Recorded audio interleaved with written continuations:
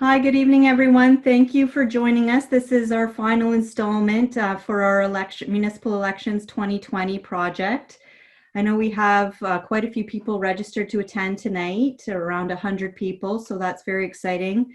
The response to this project has been really great, so thank you to everyone who's shown interest. This is a partnership between Dalhousie University's College of Continuing Education local government program and African Nova Scotian Affairs. And we're trying to generate interest in local politics amongst everyone, all residents of Nova Scotia, and particularly those that are traditionally underrepresented in government, both on the voting side and on the becoming a councillor side. So welcome to tonight's session, which is how to run an effective election campaign.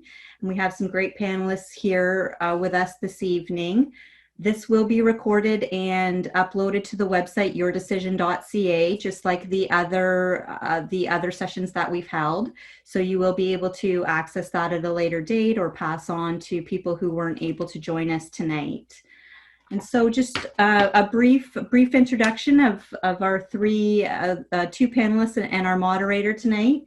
So first we have Anna Allen. Maybe Anna, you give a little wave.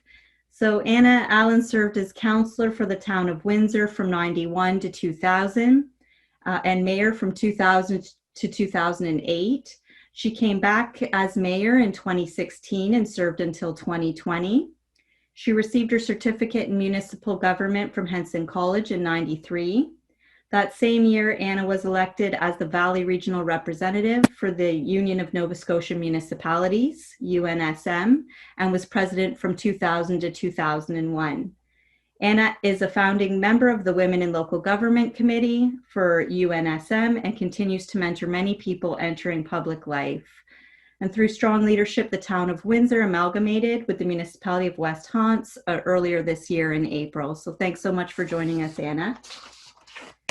Jalana, hi Jalana, give a little wave. Jalana Lewis graduated from Dalhousie Law School in 2013, and she currently works as a non-practicing lawyer in law and policy. In 2016, Jalana managed the political campaign of Lindell Smith. He was the first African Canadian candidate to be elected to Halifax's regional council in 18 years. Lindell joined us for a previous discussion, and that was a really interesting discussion on what it's like to be an elected official. Following that campaign, Jalana completed work as lead researcher with the Lord Dalhousie panel. That was commissioned to explore the relationship between Dalhousie University, race, and slavery. In 2017, during the 2017 provincial election, Jalana coordinated the implementation of a survey for candidates that addressed issues specifically impacting the African Nova Scotian community. This work was done in collaboration with the African Nova Scotian Decade for People of African Descent Coalition and the Canadian Association of Black Lawyers. Jalana recently worked as the knowledge lead on the African Nova Scotian Youth Lab, and that's a project committed to identifying ways to address disproportionate unemployment rates among Black youth in Nova Scotia. Thanks so much for joining us, Jalana. Finally, we have our moderator tonight, Tracey Thomas. Tracey is from the communities of Whitney Pier and New Glasgow. Her work involves creating a better understanding of programs, services, and concerns between both the African Nova Scotian community and government. Tracey holds a Master of Education from Mount St. Vincent University and a Bachelor of Commerce from St. Mary's University. Tracey is Director, Government and Community Relations with African Nova Scotian Affairs. So we will be doing Q&A at the end of the session. So please, I invite all the attendees to use the Q&A feature to submit questions throughout. And now I'll turn it over to Tracey to begin the conversation. Thank you, Danny, and thank you everybody for tuning in. I did want to start off by just highlighting that the title of tonight's session is Organizing an Effective Election Campaign, and both Jalana and Anna have successfully done that, and so who great to hear from than people who have done it and done it successfully. And so there's a number of questions we want to get to. And so the flow of the evening will just be really kind of conversational, but yet informative, hopefully. And really just want to make sure that we try to get to the questions that you may have as well. And if we don't get to them, I encourage you, as Danny was saying before, is to just jot them down in the Q&A section, and we'll try and get to them. And if we don't get to them by the time our time is up, we will make sure and provide answers to them and when we send out the video, I think. Okay, so we'll just jump into it. There's a whole bunch of stuff happening, and I'm really excited because this is the exciting part, because, you know, the dates are coming up soon. And so we really want to make sure that we have enough information to arm those who have actually put their names in, or those who want to volunteer for a campaign. And so we'll just jump right into it. So the first question I'm going to ask is, what does a campaign organization really look like? I don't know who wants to start, Jalana or Anna. And as a follow-up to that then, and does a candidate really need a campaign manager? I'll put mine on mute while you guys answer. I'm going to let Anna answer that first, because she has a lot more experience than I do. You were very successful by the sounds of things, though. It depends what your riding is and where you live, quite frankly. I live in a small town, and to organize my campaign, I simply talk to my friends, my neighbors, my family, of course, excuse me, and you know, thought, gee whiz, I need to do this. If you love your community like I do, and if you're passionate about your community on many, many levels, you're a good candidate. Right there, that to me, that puts you as a good candidate. So you get organized, but you got to talk it up with people, talk it up with your friends. You want their support, and you have to do that. I didn't have a big campaign team. If I needed help, I went out and got it from the resources that I knew could help me. I depended on friends and family to be there for me when I needed them as well. Those who were, you know, good at doing brochures, my campaign brochures and so on, I relied on them to help me do that and so on. I have certain skills, but I don't have all the skills necessary, so I you know, ask.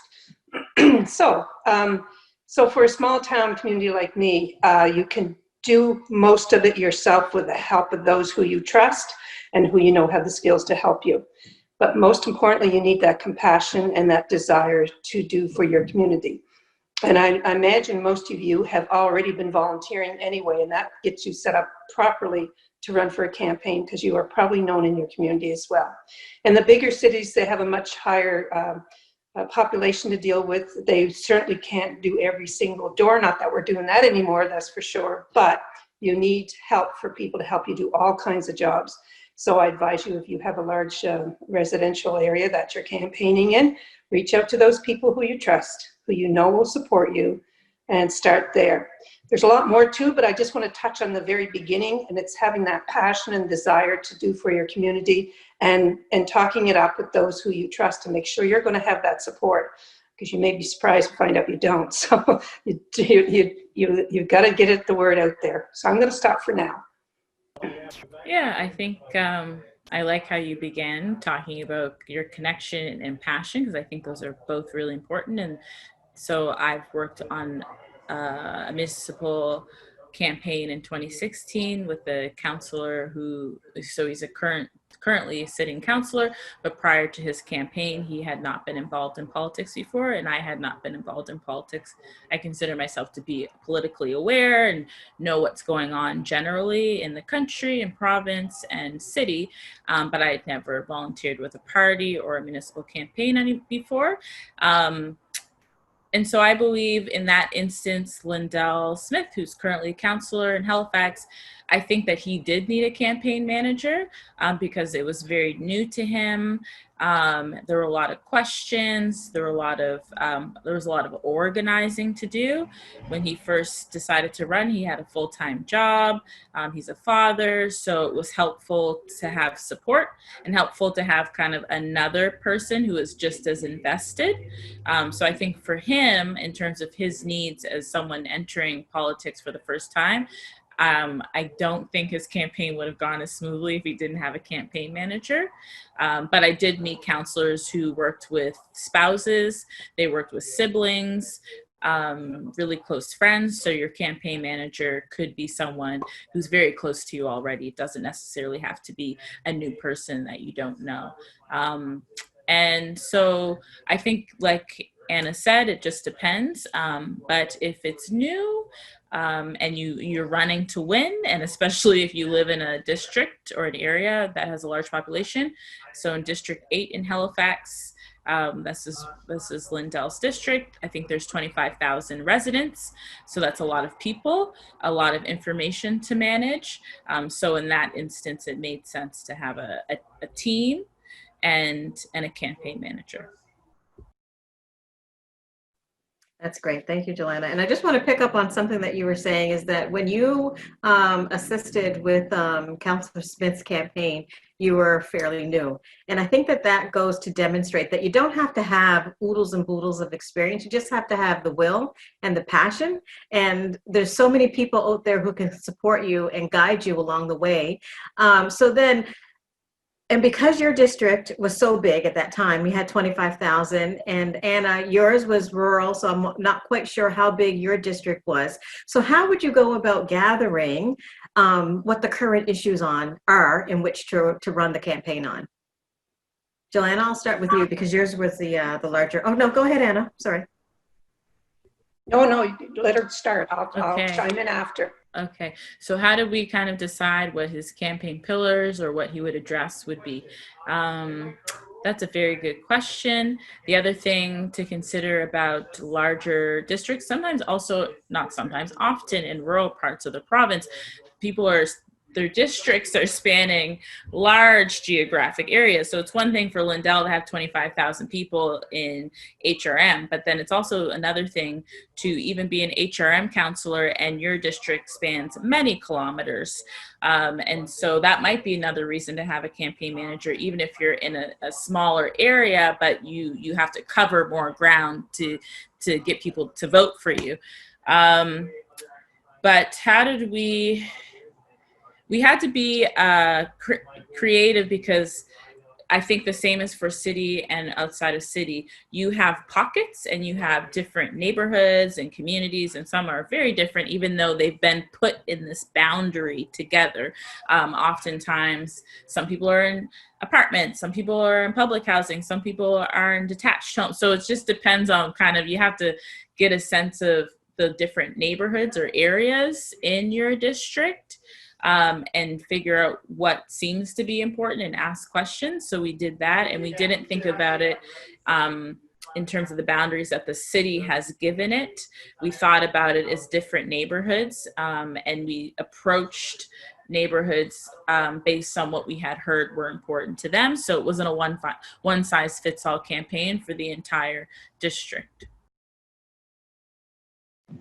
Those are really good points. In my case, for example, it's under 5,000 population. So you're going to do it virtually today, but I really did go door to door, every single door. And I often said, if I couldn't find your door, you're the only door I missed. So I didn't miss many doors. So I was able to do that. But in this day and age, door knocking is not going to happen anymore. So we have to be very, very creative in what we can do and how we can reach out to people. I know a phone call makes a huge difference in some people's lives on a daily basis, especially during these times right now. So that would go a long way. But when you get organized in your campaign, that's how to campaign, I guess. But to get organized, you listen to the people who are talking, you listen to your community. And before you even sign the final paper in your nomination, which was today, I believe, was the last day. So it's a done deal now. So congratulations, those of you who had the nerve to go out and take your nomination papers out. That's awesome. That's wonderful. I'm so happy for you. It's quite an experience. But if you listen to what people say and ask the questions, the community questions, that's how you learn out about your community. And you find out what the needs are and so on like that. Not the wants necessarily, but the needs are the most important. So if you go there first, deal with those and try to think of some very constructive ways you would handle those. and some creative ways, because there's been councillors long before us and long before you, and they've come up with ideas. So it's not always better, but sometimes it does improve. So keep your ear to the ground, listen to what people are saying, and that will help you build your platform. Thank you. Those were great. So I just want to pick up on another thing you were saying in terms of being creative and building your platform. And then how would you even suggest now, in light of everything, what would be a couple of great approaches to get your message across? Now that you've had your platform and you're trying to be creative, what would you suggest would be some of the ways to get that out there? I've been looking a little bit from different candidates, not necessarily from Canada for different levels of government, but just to see what people are doing, because there's new people running all over North America. There's, some elections going on now as we speak, and there are others coming up, I'm sure, very soon, within the next year, in all likelihood. And the phone call was one I had saw this councillor who had been running in his area, and he said, just to phone up and saying, how are you doing? Not vote for me today or whatever, but just having a nice conversation, being kind to people and saying, how are you doing? How are you making out? Is there any improvements that could happen? And so on like that. And then, maybe eventually let them know you're running for a candidate. It's a candidate. But to be polite and be nice to people in this type of environment and not be pushy and so on like that. And I mean, if you're going to build up your budget, the Postal Service is probably a good way to get some stuff going in there. Drop-offs at locations, if you can even do that anymore. I'm not so sure about that. But signage has always been a sticking point with me. I was the first municipal official to put an election sign out. We never did it at that level in my town. And one of my friends said, oh, let me put a great big sign in my yard. It's high traffic. Okay. And then the signs kept coming and polluting the area and being stolen and being marked on. So now I'm opposed to them. And one of the towns in Nova Scotia were very creative and they wanted to eliminate them. But what they did, they compromised. You can put signs in people's windows or businesses' windows if they ask for them, but no on the grass or in the trees or any poles or anything like that, which I think is a really good solution. So there is that too. There is signage and so on like that.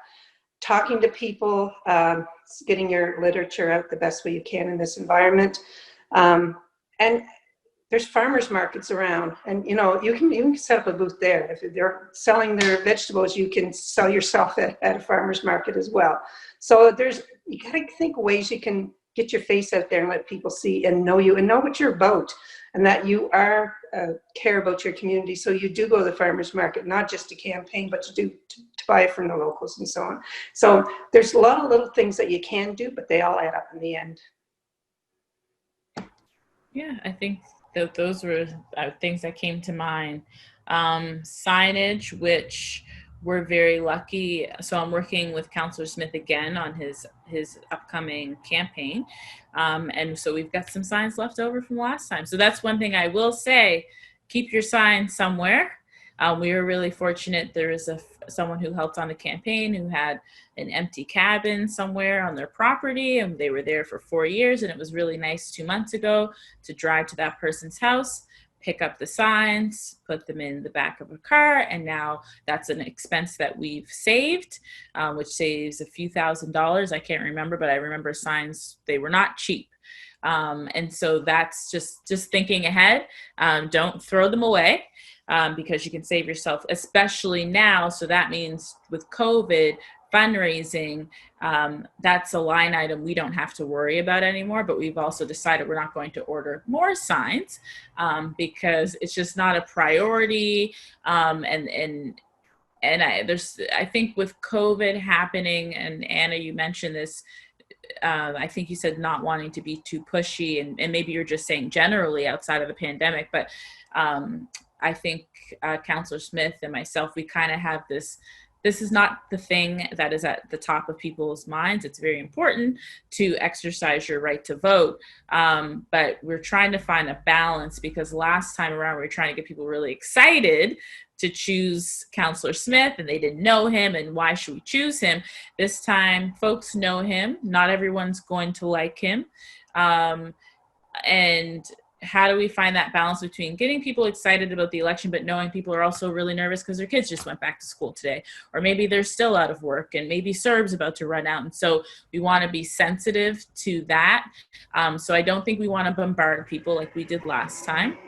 But farmers markets, that was something that we've been talking about. Not hosting our own events. I don't think we're going to do that. Door knocking, not interested. Just the risk is just, it's not, from our perspective, it's just not worth it in terms of just going to door to people's houses and doing that and potentially putting people at risk. So yeah, we're trying to figure out what's already happening and things that are happening safely, things that have organizers around them. They might have staff people. Farmers markets have staff. They've been doing this weekly, so they've got a COVID safety routine, and trying to be part of those types of things rather than trying to create a COVID safe situation from scratch, and asking volunteers on the campaign to try and do that as well. And mail outs as well. So signage, mail outs, community events that are happening safely already, that have a track record of happening safely already. And then of course, online presence, but recognizing that many people who vote are not online. That's great. Thank you. So, Tracey, Anna, were you going to say something? Yeah.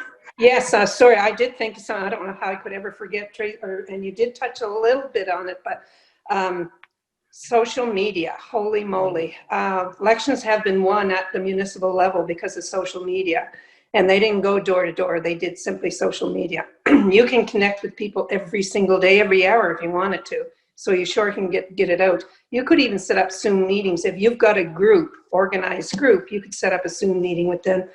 They could, whatever best way you can do it. Local libraries have access to computer. I don't know all the logistics of it now, but I know that you can do things like that.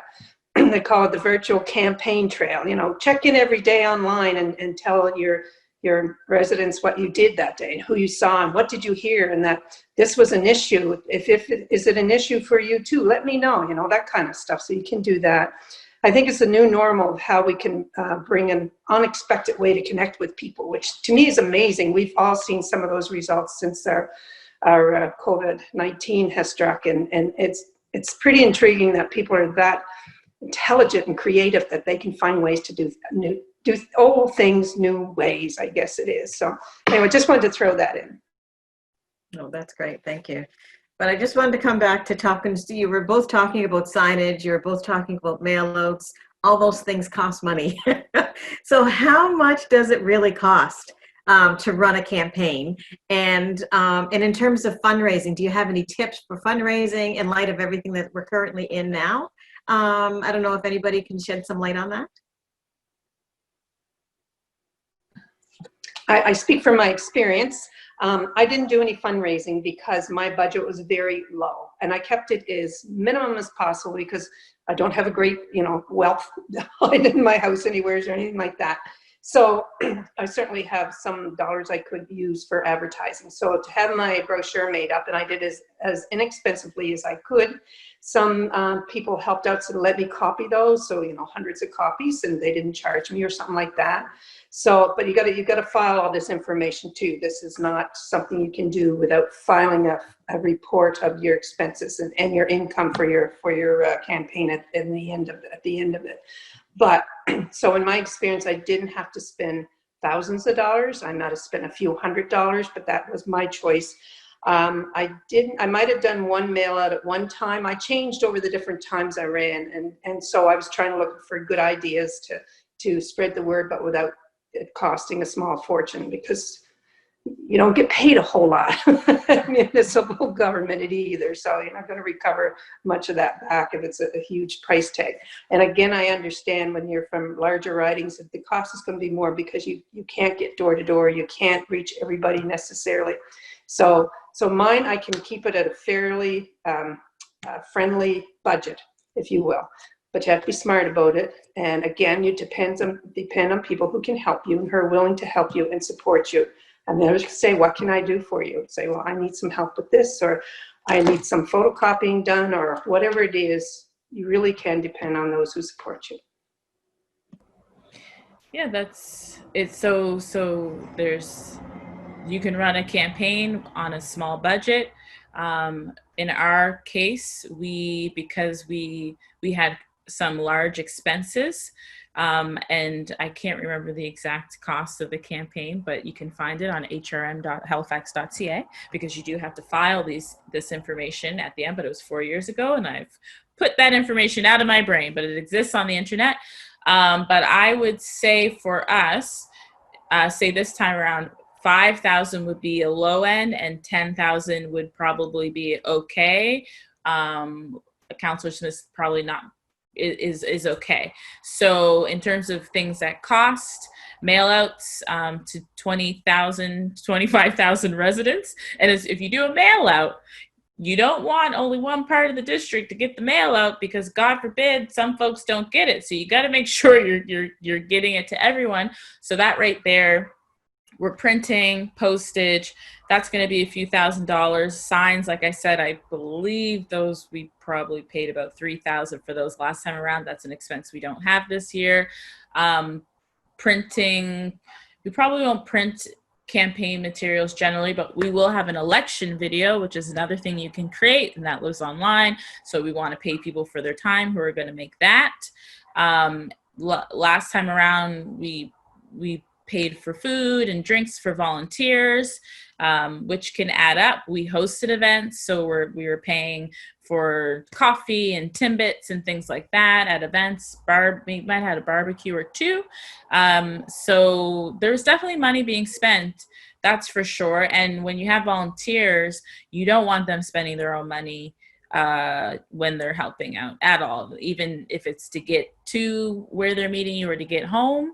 And so those costs, I mean, they weren't in the thousands of dollars, but we definitely needed a few $1,000s to work with last time around, and we for sure need that this time, because the video this time around, it's going to be a little bit longer, and the mail outs, maybe we'll do 2 instead of, we've done none before, but maybe this time we'll do 2.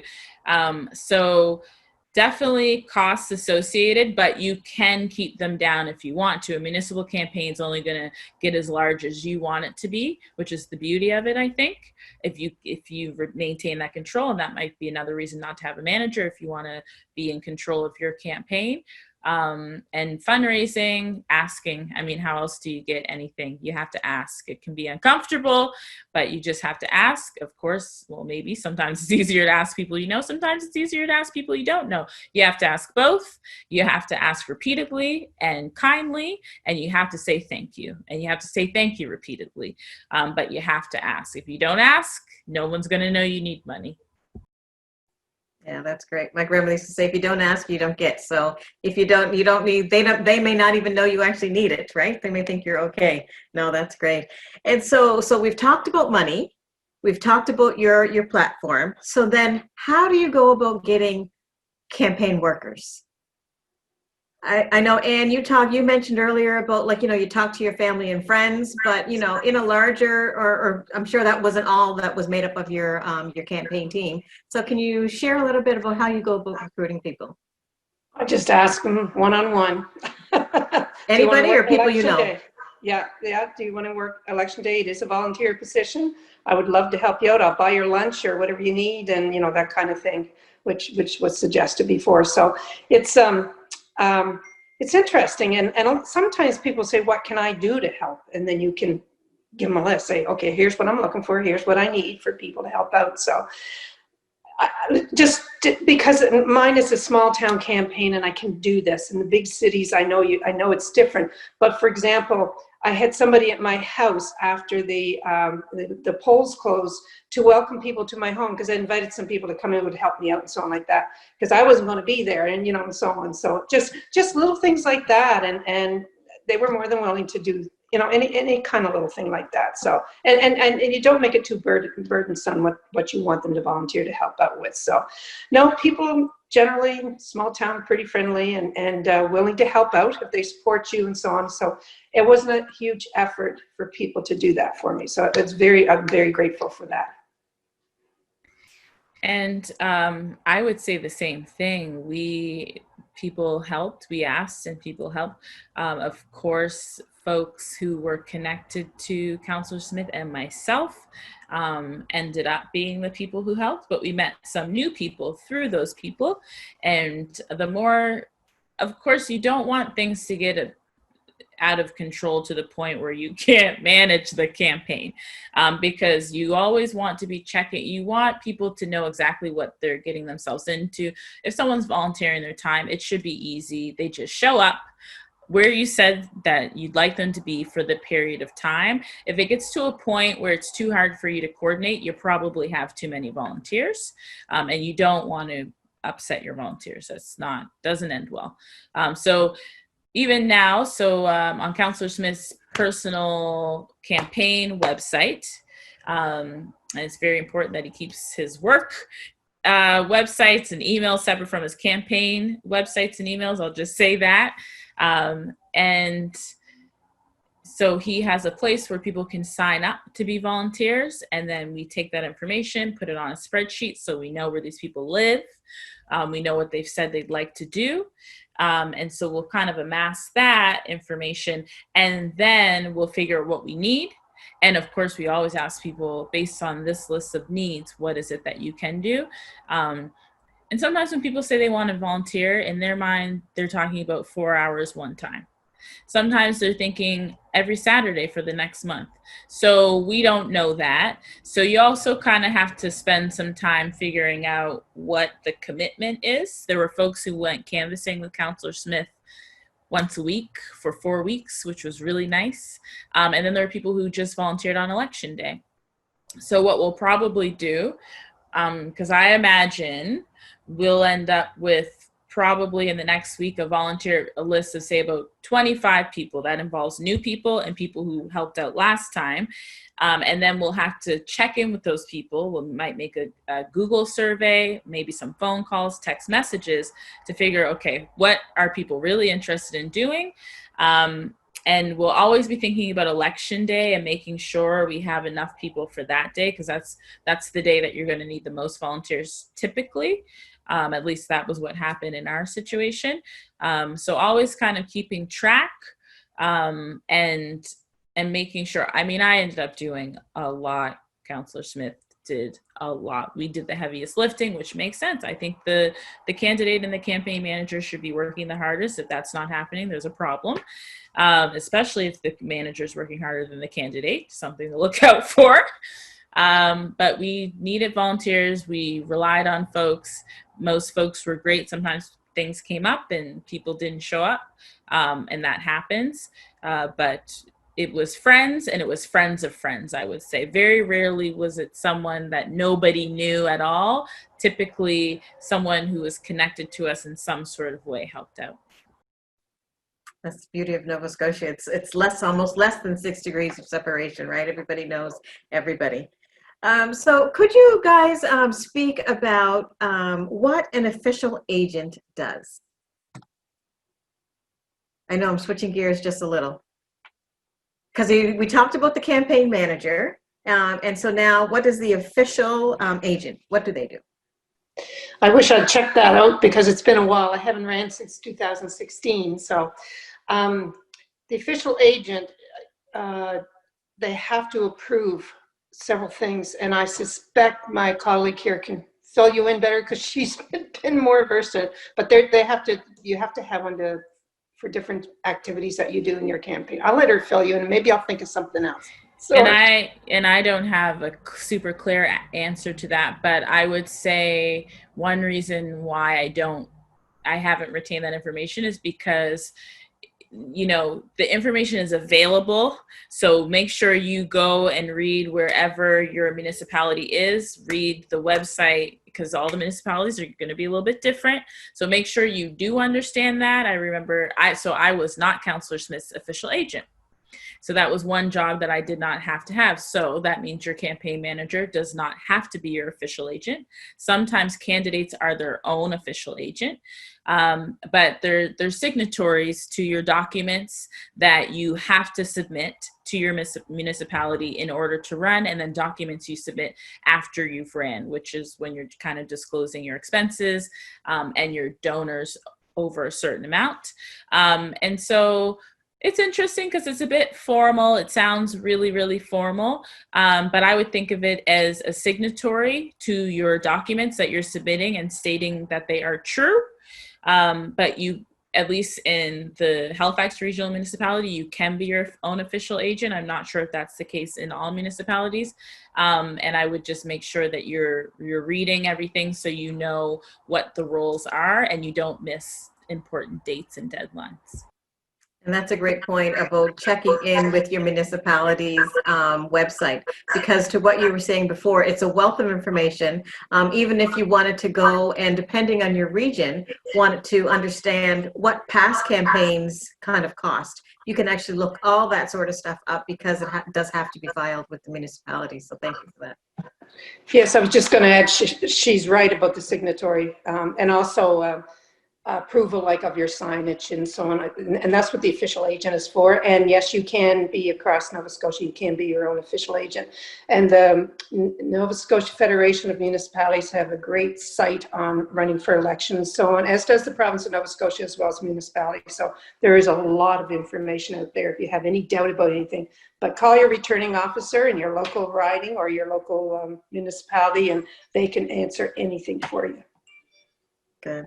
So the last kind of two questions I have is around how do we actually gear up? So we have all the foundational pieces in terms of how much it costs. We have our agent, we have our campaign manager, we know what our messaging is. Now how do we actually prepare for a debate, and how are we going to handle media? So why don't we start with how do they relate to media? Or you can both answer them at the same time in terms of media and prepare for a debate. Because I think a debate is a really important one, because both sides will then get to see what your platform is.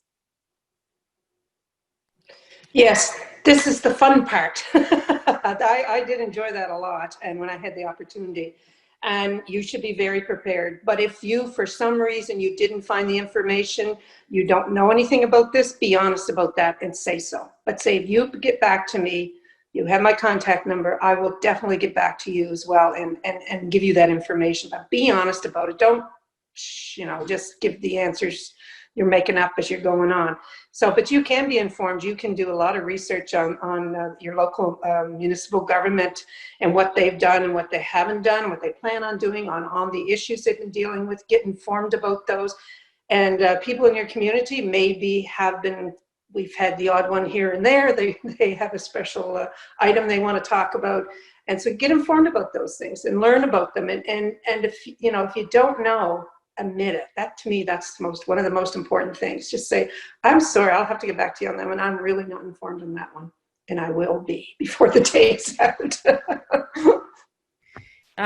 In terms of, preparedness, so with Councillor Smith, he was not a councillor. He had never participated in a debate or with media in that type of way. So practice was important. So for the debate, there were two debates, and so you figure out who the host is, and often when you know who the host is, that can tell you a lot about the priorities of the conversation topic for the night. So if it's a community organization who hosts the debate, you know that what's important to this community is going to be top of mind to the organization, will be top priority in terms of questions. There was another debate that Councillor Smith participated in, and a local journalist was the host, and he kind of initiated it. So we can pay attention to what he's writing about when it comes to municipal elections. And what we did prep. So we had two folks who are politically involved, outgoing, and comfortable talking about different issues. We kind of Councillor Smith sat in the living room with them and answered questions and tossed around different ideas just to get used to the idea of answering a question that you don't know what it's going to be until the person asks, and then you're expected to respond immediately. Potentially, you could ask for the questions ahead of time. With political debates, I don't know if people need to be rewarded for memorizing information. And if, I don't think there's any harm in asking the host ahead of time what the questions are, what they might be, because the more prepared you are, the better your answers will be. And in terms of media, the one thing I learned about media is that they're always in a rush. They make it seem like you have to get back to them immediately. And because I think that's because of their deadlines and their turnaround time. So it makes sense. But sometimes it can make you feel very anxious and as if you have to give a response immediately. But you can also ask for more time. You can ask for clarification. I would say just try to avoid a situation where you're responding to questions and, like Anna said, you don't have all the information. If you need more time, you need more time, because you will be quoted, or you'll end up on the evening news, or what you say will live somewhere, and people will take that as your actual response to the question. And so you want to make sure you're not, like Anna said, you're not making things up, because people do that somehow. For some reason, I think sometimes we just feel like we need to know, especially you want to think that the candidate's the best person for the job. So there's a bit of pressure, but try to avoid answering things in a way if you're not comfortable answering the questions, and practice can help with that. Yeah, that's great. Thank you. And I think most times, most people can recognize when someone's not confident in what they're saying as an answer that's not authentic, we'll say. So yeah, I get that. Be prepared, and if you don't know, there's no harm in saying you don't know. And I think people may respect that more, because then you're going to go find out more information on that particular issue. So I appreciate that. Thank you for your honesty there, everybody. So I think we're going to move into some Q&As now. I see that, and Danny may have some. And so I know there's a couple here. So I know there's a couple on the chat about COVID. And what we were trying to do was get somebody from the public health office to come in and speak about that. But as you can appreciate, with school going back in, they're a little busy right now. And so we will follow up. If there's any pertinent questions that we can't answer tonight, we will follow up and get those answers, because there is one about door to door and can we engage with proper precautions. I think that is correct, because I've had a couple people at my door who'll just ring the bell, come off the step, and stand on the sidewalk and talk that way. Or if they do have to leave a pamphlet, they leave it on the step after we close the door, and they're doing that. So, but we can get confirmation on whether that is correct or not, in terms of following the proper precautions with the public health order. And let's see. I would just add to Tracey, in terms of voting, I know many municipalities have chosen to go electronic or telephone only this election. So good to check with your municipality on that front as well. Mm-hmm. And so I know both Jalana and Anna both mentioned calling the potential voters or constituents in your area. And one of the questions on the chat was, where do you get the phone numbers? Like, does the municipality give those phone numbers out to you, or how would one acquire those phone numbers? They do give you all the people who let you vote for you when you're riding. So you do have a full listing. And I think, I don't recall the phone numbers we're on. Maybe, if not, good old phone book or online, you can find this stuff out. And when you only have the number of housing units that I have, is not so onerous. But if it's 25,000, that's a different story. So again, in the smaller communities, you can indeed phone everybody. And I got to tell you, it worked. A lot of people don't. It depends on how you approach it. If you start and say, I'm calling about an election or something like that, probably you're going to get hung up on. So be very careful in how you word it and how your volunteers who phone for you it's even more important on the election day to get the vote out. You know, some candidates forget to vote. They're that busy, they forget to vote. So you have to be, on that day, you have to make sure you get the vote out and vote yourself. And all your workers make sure they vote too. It's really, really important, especially in smaller communities, because a couple of votes can make a big difference. So anyway, that's...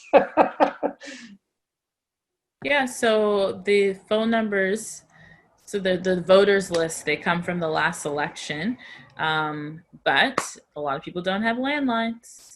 So that's something to really keep in mind in terms of relying on that list. And that list only has folks who voted in the previous election. So if people are out of province and new to the city or the area, they might not be on that. If they've moved, they might not be on that list. So the list is not everybody. But yes, you can definitely engage that way.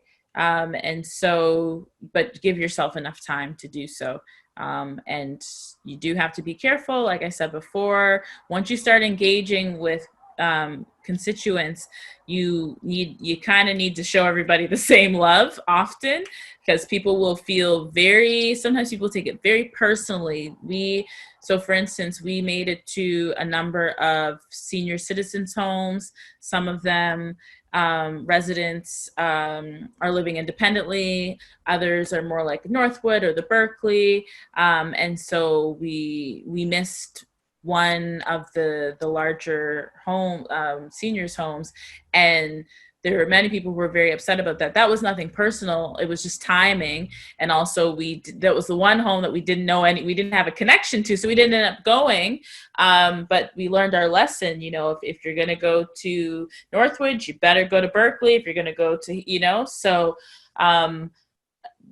you can't reach everybody based on the voters list. And even if you get the voters list, you're going to miss people who don't have landlines. So you're going to have to find different ways to get in touch with voters. That's great. And so here's another question on the Q&A. So as a candidate who doesn't believe in door-to-door campaigning, should be allowed this year, how do you compete with candidates who are going door-to-door? Any thoughts? That's a tough one. However, I guess it's your own personal, feelings about this, but I suspect there'll be many people who don't answer doors anymore. And I think those days are gone. And like I said earlier, it's time to be creative for how you can meet with people without going door to door. People don't answer the phones because we get so many weird phone calls now and so on. And then even when the doorbell rings, even here, I'm like, who would be ringing the doorbell? Like we don't expect that anymore. So I think, again, you have to reach out and be as creative, the ways that we talked about before, and certainly go to, if you can, and socially distanced, appropriate places, as was talked about before, which have been proven again and again to be safe and so on like that. Then you got to do that kind of stuff rather than door to door. I don't think I would go door to door personally if I was running for a campaign right now. I don't think I would. I would really resource my folks and ask them what can we do to get the word out, why I'm running and why I'm a candidate for this election. But depend on others to help you do that, because it's going to be now a bigger job, I think. But it can be done. I really believe it can. And I'm seeing, just follow other ones across Canada or whatever. When they run their elections, it's pretty smart, like I said, what they're doing and how they're doing it. So there are ideas, and I bet your friends have some great ideas too. And one thing that I learned from the last municipal election in Halifax, and that was outside of a pandemic. So Mayor Mike Savage, and there was another candidate for mayor, Lil McPherson, I think, they agreed that they would have no signs. So if you're not door knocking, and you'll know who else is running in your municipality, because nomination day, I think today was the last day. So go on the website, give your municipality a call, find out who's running against you, and their numbers are listed as well, I believe, and email addresses. Reach out to them and ask if they plan on door knocking. and you could potentially make some sort of agreement as a group of candidates that we will not door knock, we will post signs, or we won't. So that's available to you. If you're not, you have nothing to lose. If you've already decided you're not door knocking, why not ask? Others might be thinking, I don't want to do it, but everybody else is doing it. If they know you're not interested, and then, you know, you can have an agreement that way. But also be honest, let people know you're not door knocking. That should be part of your materials, because people are going to wonder why you haven't come see them. If you have, I would just try to make that transparent so that folks don't think that you're doing less than your competition. Yeah, no, that's great. And one of the things you were mentioning before is, like, you know, and communicate, you know, as much as you possibly can. And in talking to your friends and letting them know that now your nomination is in, gathering what those issues are, gathering what their feedbacks and suggestions could potentially be on how best to get my word out there, how best should I do this. To your point, Anne, they would have tons of ideas, right? And so how do you actually capitalize on that and have their ideas work for you? And then they can help spread your message further than you possibly could, actually. Yeah. So Danny, are there any more questions online? I know there are several questions around the door-to-door, and because we have not asked public health specifically on that, I don't want to comment because I'll just add one thing about the Nova Scotia Federation of Municipalities has a recorded webinar on using campaigning with social media for this year. So that might be something, if you're not as familiar with social media or how you might, you know, leverage it in a campaign, to check out. So that is on their website, and it's also we have a link to it on our website, yourdecision.ca. If you want to follow up with that. Like you said, Tracey, I don't think there's an official stance in terms of, you know, no door knocking is not allowed, or yes, you know, that you're not going to hear them say, yes, we're encouraging that either, I don't think. So I think it will differ from candidate to candidate and place to place for sure. In terms of other questions, let's see what else we have here that's not about COVID or door to door. there were several around the phone numbers, whether the list you get from the municipality includes the phone numbers or not. And I'm not sure. Some are saying who ran previously did not get the numbers. So I think it's probably best to check in with your municipality and see if that is an option where they can provide those, because maybe it's like, you know, another filter that they just need to bring down. I'm not sure how it works, because sometimes they'll just give you the basics, and then you have to specifically ask for the numbers. Maybe, I don't know.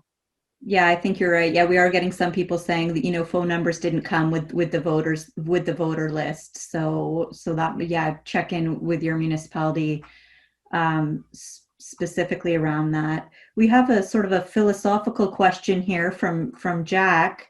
When talking to voters, is it easier to say yes and not mean it, or to say no and suffer the consequences? Leave it to take Jack. that one. Leave it to Jack. I believe in honesty. I don't care. I mean, if you lose because you were just not honest, that doesn't make sense to me. So I guess I would sooner give the correct answer, but maybe there's a compromise, or maybe, you know, we Canadians like to compromise and just not a direct no or direct yes. So maybe there's something to the question that we might be able to, you know, do it in an honest way, but maybe it would help the situation better if you had a compromise to it or something like that. And not knowing the question, it's kind of, the actual question is kind of hard to answer, if you know what I mean. But I still believe honesty, but just for the sake of, that's my own personal feelings on the matter, though. But I understand where he's coming from. It is a lot easier sometimes just to take that route. But I like to debate and I like to give good reasons why it is what it is. So I would also be open to good reasons why it shouldn't be that way. So I'll compromise. I'm not a counselor, so I don't know what it's like to campaign and then to go into the job. But I would imagine if you were to say you could do something and then you don't do it, that would probably, that's going to create some upset constituents who are going to share that. They're going to, and then they're not going to be too keen to vote for you next time. I saw a question about what do volunteers do. So lots of different things. There's folks who can help you drive signs around and put them on people's lawns, because that can be very time consuming. There are people who can help pick up those signs, because you have to get those up by a certain date. If you don't, you'll be fined. You can be fined. So you got to make sure you keep track of where you leave your signs so you can recover them, whether or not you plan on keeping them next time around. Volunteers on election day are really important because you have to get the vote out. So on election day, you're reminding your supporters to go vote for you and making sure that they did. You can also have volunteers at polling stations to track who's already voted. So you can see if your supporters have voted, they probably voted for you, so you can get a sense of how things are going. You also can have volunteers who watch the counting of the ballots. That can be super helpful. So with Councillor Smith, there's some tables and polling stations where he was doing quite well, and people who the staff or the paid folks were counting very, very quickly, because they started to they were predicting the ballots. And I had some friends who volunteered to oversee the counting, and there were a couple times where they had asked people to recount at that table, and sure enough the count was off. So that can be really helpful to have people watching, especially in smaller places where you have really close calls. You want volunteers there to observe the counting of the ballots. Helping organize, excuse me, events, fundraising, coordinating, excuse me, coordinating volunteers. Yeah, getting out the vote, driving people to polling stations. So there's many things volunteers can do. That's great. Thank you. So I don't think there's any more questions in the chat that we haven't addressed. And it's almost at our time. So with that, I do want to wrap up and say, Anna, Jalana, thank you so much. It's been great tips you provided, great advice. And, you know, I'm a type of person that likes, you know, the truth, whether it's bad or good, just shoot from the hip. And I think that, you know, if people take that message, if they're campaigning or if they choose to volunteer, it could only hopefully result in a positive, because, you know, I don't think you can't get too faulted for telling the truth, I don't think. I could be wrong, but I do want to thank you both for that. And for those who were on the call who did submit their nominations, congratulations. We know you have a tough road ahead, but you're up for the challenge, because, you know, no one gets into this lightly. And you get into it because you're passionate about the community you live in. And for that, I say thank you, because it's because of that passion that, you know, is going to turn Nova Scotia around, and it's going to really have really good impact in the areas that you represent. So thank you for putting your names in the hat. And for those who are on the call who could be interested in volunteering, so you may not know your candidate personally, but if you believe in the platform that they have set out, if you believe that you can offer some type of assistance, it could be for a couple of hours, it could be for a couple of weeks, it could be just on election day. I encourage you to reach out to your candidates and offer your time, because sometimes they may not know that you want to volunteer and have these skills, so please reach out to them. And yeah, again, Anna and Jalana, thank you so much. Danny, thank you for involving African Nova Scotian Affairs. And I'll leave the last word up to you. Great. Thanks a lot, Tracy. Yeah, we will be making a charitable donation on behalf of our panelists this evening, and on behalf of all the panelists that have joined us in this series. Thank you both for sharing your experiences, and I know this information will help others as they make the decision to run or to volunteer or become more involved. Again, we encourage everyone, check back on yourdecision.ca. The website has a lot of useful practical information. These recordings of these Zoom sessions will be available there. And yeah, get involved in local politics. It's fun. Okay, I will, I'm in charge of, I have the red button in the corner, so no one can leave until I press end. I'm going to go ahead and do that now and wish everyone a great evening. Thanks again for joining. Thank you. Bye.